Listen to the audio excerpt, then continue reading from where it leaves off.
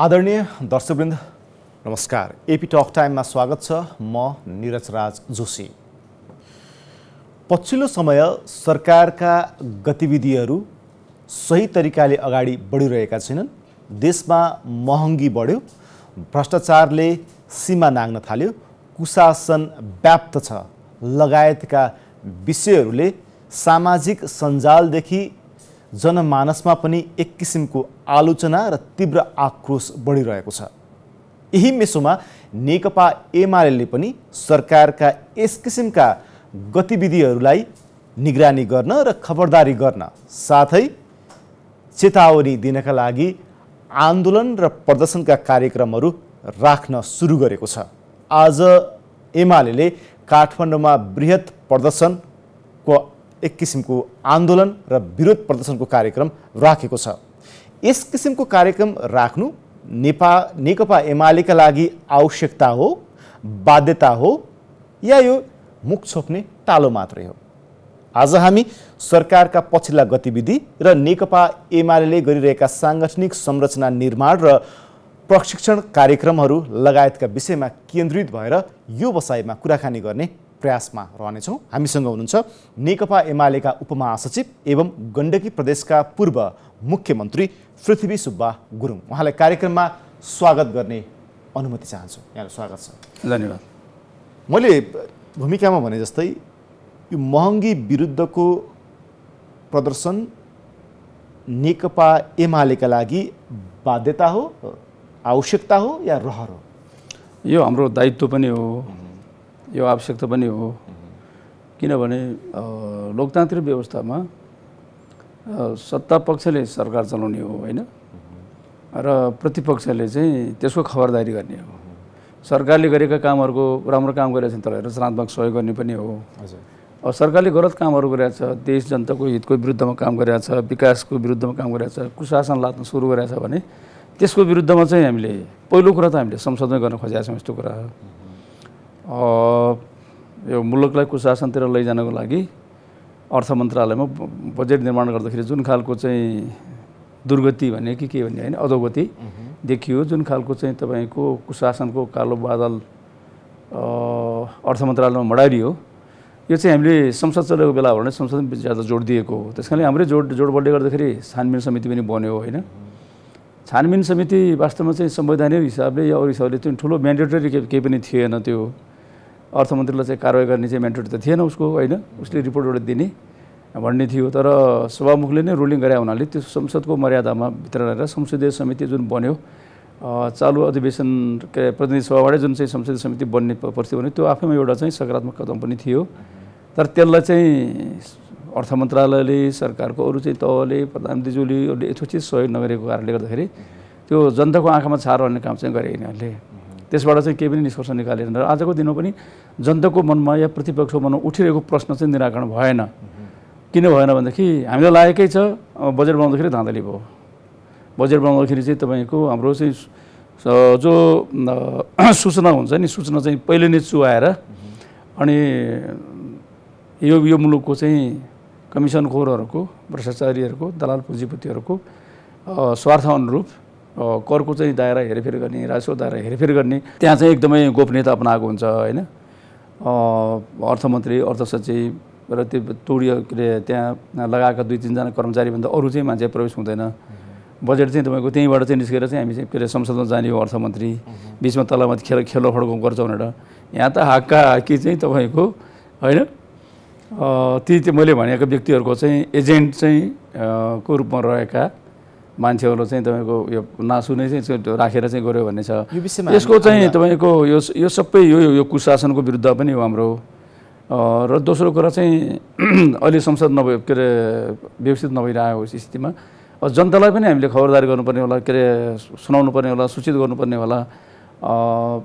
आज चाहिँ मुलुकमा जुन खालको महँगी बढाएको छ, जुन खालको मुद्रास्फीति बढाएको छ, जुन खालको कुशासन भ्रष्टाचार चाहिँ यो अनियमित कुराहरू चाहिँ बढाएको छ, यो चाहिँ एउटा प्रतिपक्षले चाहिँ हेरेर बस्न सक्दैन भनेर हामीले धर्म निर्वाह गरे होइन। हामीले अहिले सुरुमा के एउटा वाक्य प्रयोग गरेको छु होइन, यो हाम्रो जस्तो पार्टीको लागि जनतामाथि जुन खालको चाहिँ महँगी लाद्यो, जुन खालको चाहिँ अर्थतन्त्रलाई तहस नहस बनाउने काम गर्यो, हाम्रो ढुकुटी जसरी रित्याउने काम गरिरहेको छ यिनीहरूले, यसको बारेमा चाहिँ खबरदारी गर्नु चाहिँ हाम्रो दायित्व हो।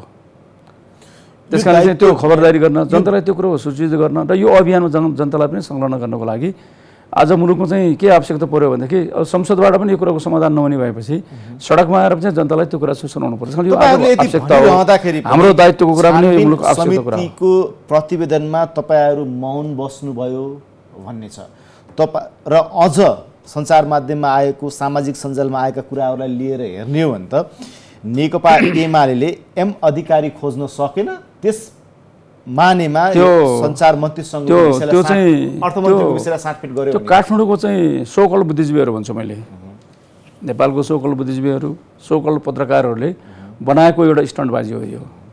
नेकपा एमालेको चाहिँ तपाईँको जो प्रतिनिधिहरू चाहिँ हुनुहुन्थ्यो समिति, छानबिन समितिमा, उहाँले त भनेको छ नि, यो नोट अफ डिसिसन लेखेको छ, यो कुराप्रति हाम्रो असहमति छ। अर्थले हामीलाई चाहिँ तपाईँको के अरे जे कुराहरू चाहिँ उपलब्ध गर्नु पर्थ्यो, उपलब्ध गराउनु पर्थ्यो, त्यो उपलब्ध गराएन। अर्थात् सहयोग सरकारको तर्फबाट यसको चाहिँ जड कुरा या चाहिँ तथ्य कुरा चाहिँ आओस् भनेर कुनै सहयोग पुऱ्याएन। त्यस कारण यो जुन ढङ्गले चाहिँ यसको चाहिँ निष्कर्ष निकाल्न खोजिएको छ, सत्ता पक्ष र प्रतिपक्ष भएर निष्कर्ष निकालेको छ त्यहाँ।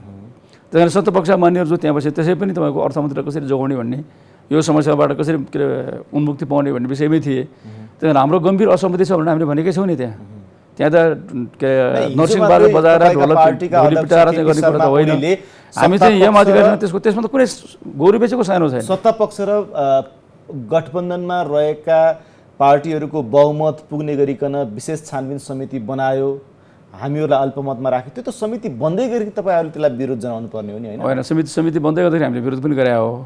विरोध गर्दाखेरि यो सर्वदलीय खालको बनाऊ तर बढी तपाईँहरूको राखौँ भनेर चाहिँ भने हो।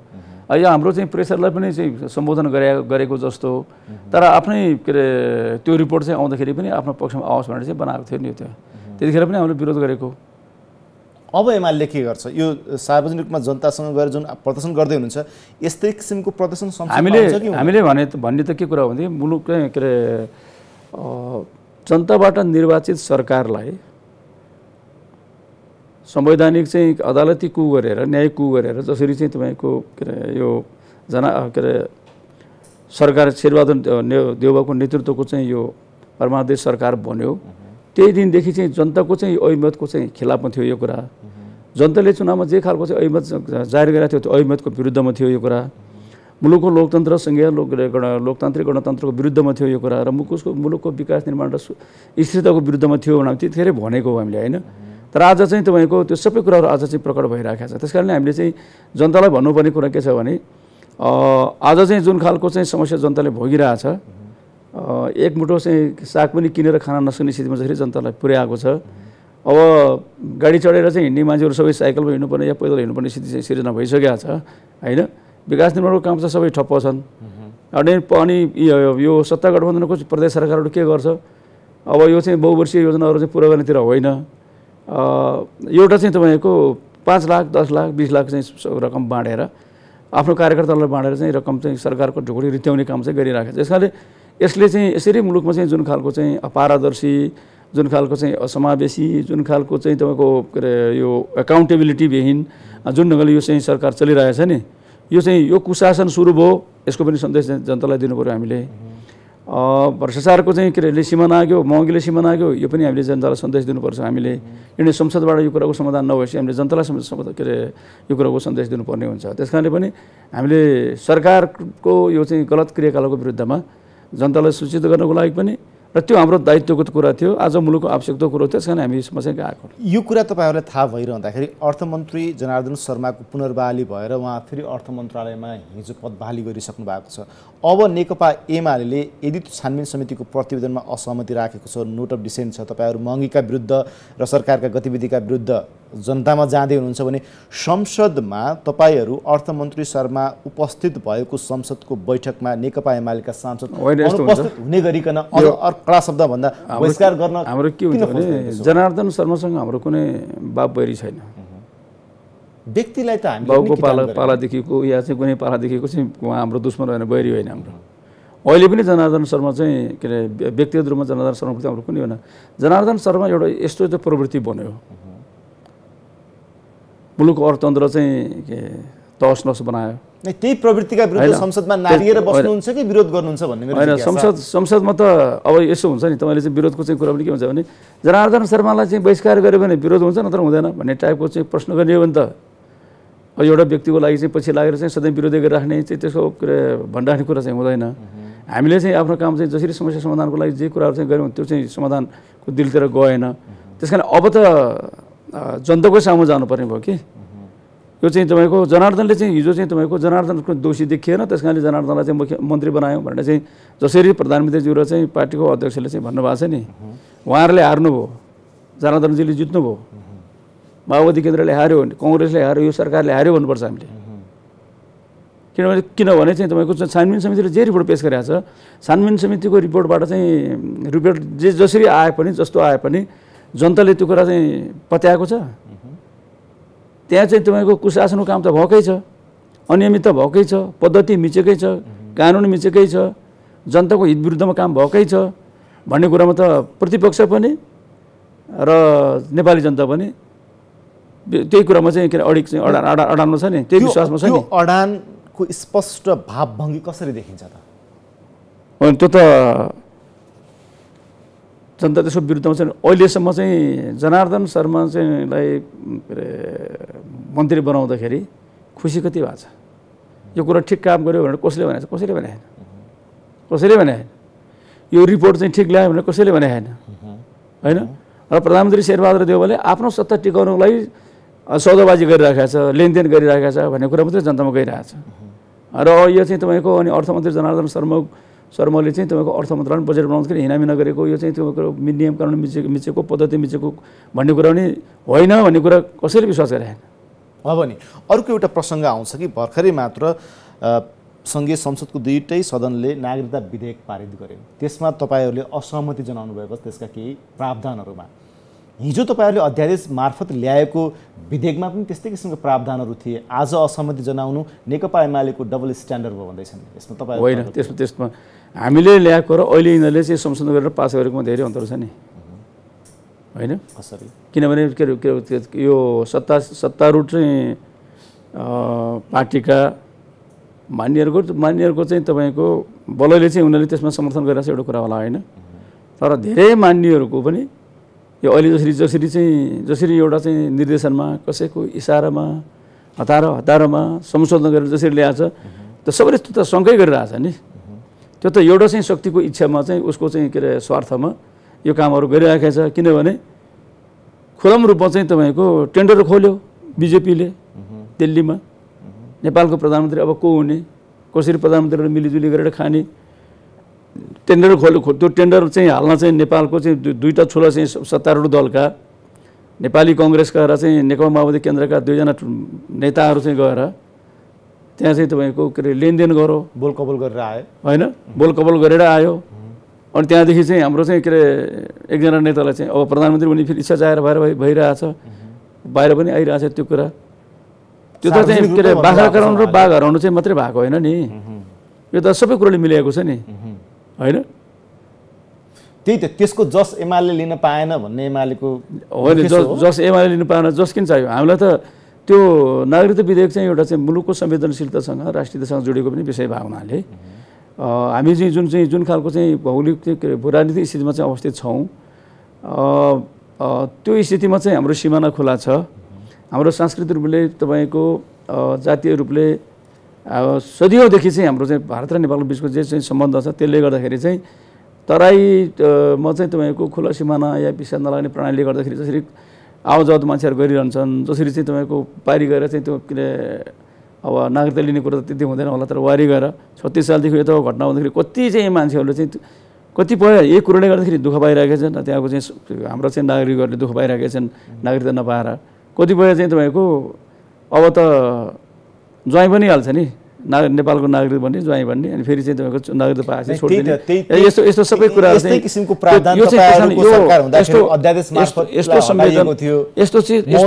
यस्तो संवेदनशील विषयमा सत्ताले चाहिँ बहुमतको चाहिँ आडमा, सत्ताको आडमा जसरी चाहिँ तपाईँको यो चाहिँ नागरिकता विधेयक चाहिँ एउटा राष्ट्रिय सहमति बिच बनाउनु पर्थ्यो।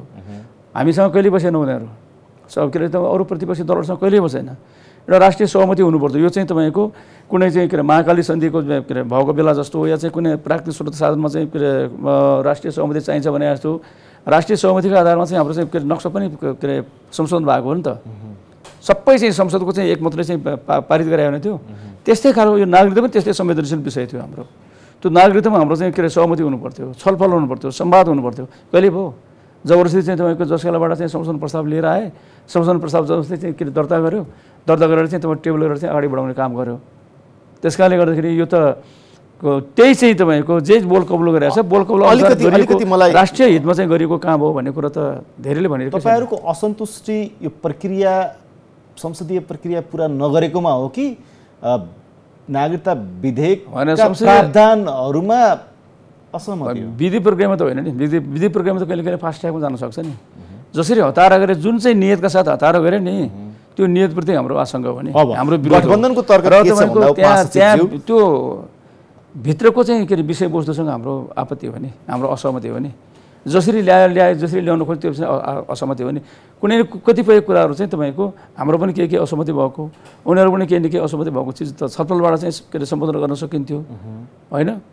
किनभने उनीहरूलाई चाहिँ तपाईँको छलफलमा गयो भने यो कुरा हुँदैन, तिमीहरूले यो कुरा गरिहाल भने हुनाले मैले अझ क्लियर हुन खोजेको कि अध्यादेशमा जुन किसिमका प्रावधानहरू थिए त्यस्तै किसिमको प्रावधान हामीले अहिले सत्ता गठबन्धन ल्याएर आएका छौँ र नेकपा एमाले त्यसलाई चाहिँ यो रोटी सेक्ने काम मात्रै गर्न खोजेको भन्ने सत्ता गठबन्धनको नेताहरूको तर्क छ नि त। त्यसको एउटा मात्रै 7 वर्ष प्रावधानको विषयमा होस् तपाईले भन्छ त्यसको एउटै मात्रै प्रश्न छ मसँग। एउटै प्रश्न विषयमा होस् तलमाथि भएको छैन भने किन संशोधन ल्याउनु पर्यो?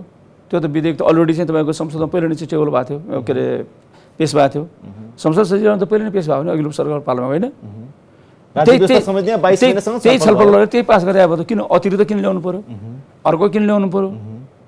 यो किन केही नभइकन चाहिँ तपाईँको त्यो संशोधन आउँछ? केही नभइकन यो चाहिँ फास्ट ट्र्याकमा चाहिँ जान्छ होइन। अनि यो ल्याइदिएको तपाईहरुले भन्नुहुन्थ्यो हामी ल्याएको विधेयकलाई सरकारले अगाडि बढायो, सत्ता गठबन्धनले जस पाउँदैन थियो।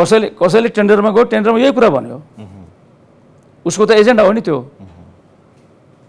होइन, उसको एजेन्डा हो, हाम्रो एजेन्डा होइन। हाम्रो एजेन्डा भएको त हामीले चाहिँ के अरे जे हिजोको सरकारले पेश गरेर त्यही अगाडि बढाइदिए हुन्थ्यो नि। हतारमा त्यहाँ जाने बित्तिकै यो चाहिँ सबै यो कुरा आउने किन भएको?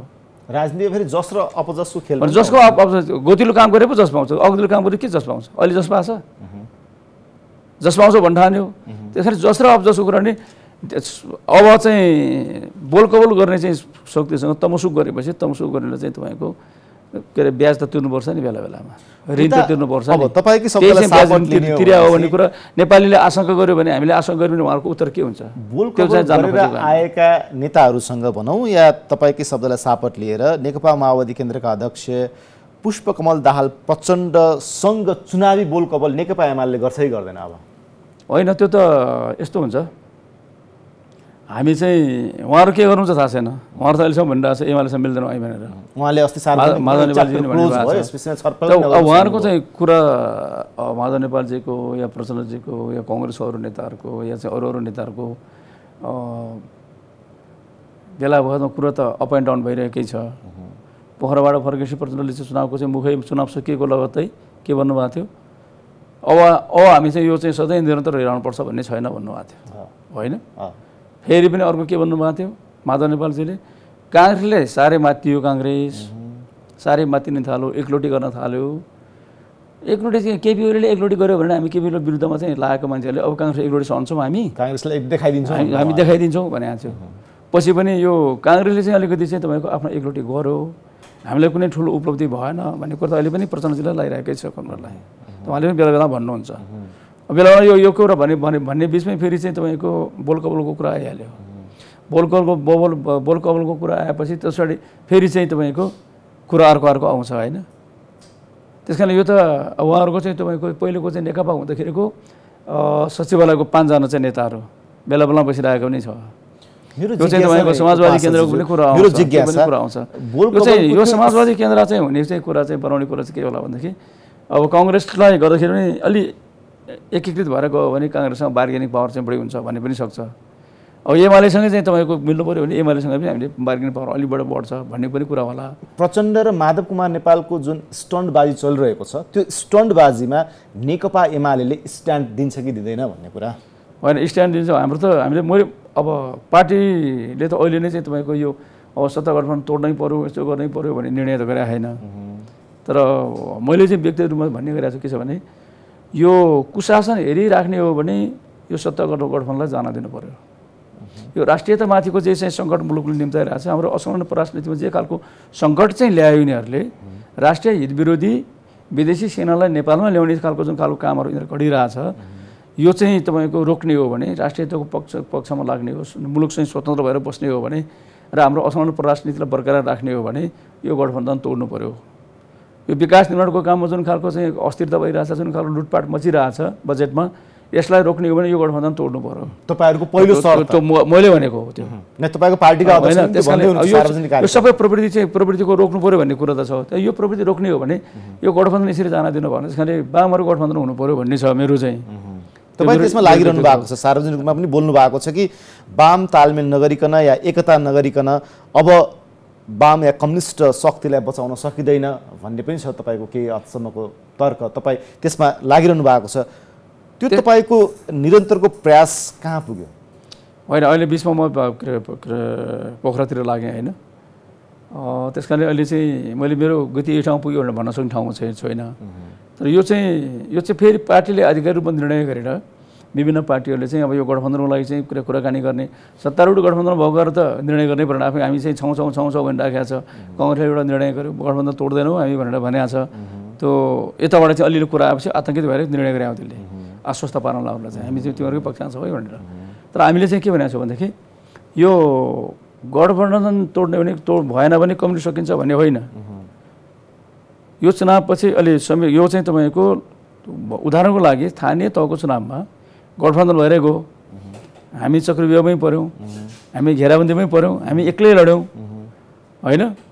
तर एक्लै लडेर पनि त सिट त हामीले तत्काल गर्दाखेरि त सिट त हामीले पहिलेभन्दा चाहिँ हार्यौँ। तर यसले एउटा सन्देश त गएकै छ नि। त्यो सन्देश के गयो भने अहिले पनि नेकपा एमाले एक नम्बरको पपुलर पार्टी हो लोकप्रिय पार्टी भन्ने कुरा सन्देश त गयो। अनि यत्रो 5वटा मात्रै होइन झापामा त 6वटा 7वटा दलको पनि एक गठबन्धन भयो नि। दमकमा त के अरे राप्रपा सहितको चाहिँ गठबन्धन भएर होइन।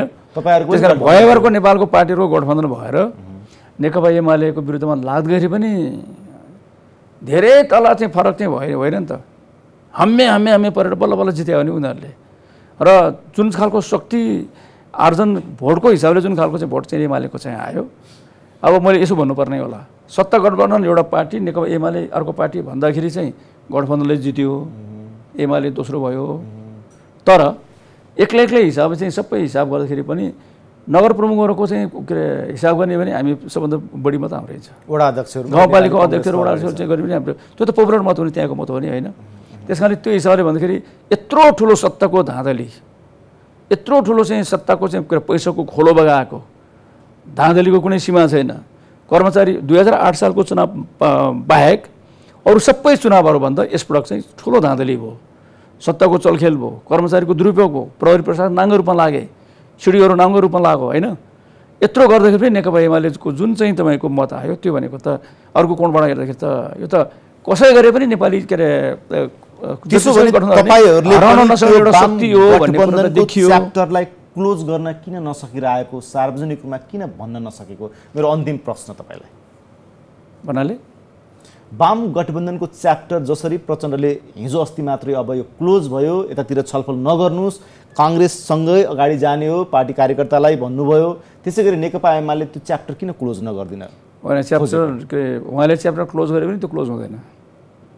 पार्टीले अधिकारी रूपमा निर्णय गरेका त होइन वाम गठबन्धन नगर्ने एउटा पार्टीले अधिकारी निर्णय गरेका त होइन। सन्दर्भ आइरहेको हुन्छ नि पेन्डुलम घडी कहिले त्यहाँ दाहिनेतिर घुमाउँछ कहिले गइरहेको हुन्छ। त्यस कारणले यो त राजनीतिको चाहिँ खेलोफाडोको कुरा मात्रै हो होइन।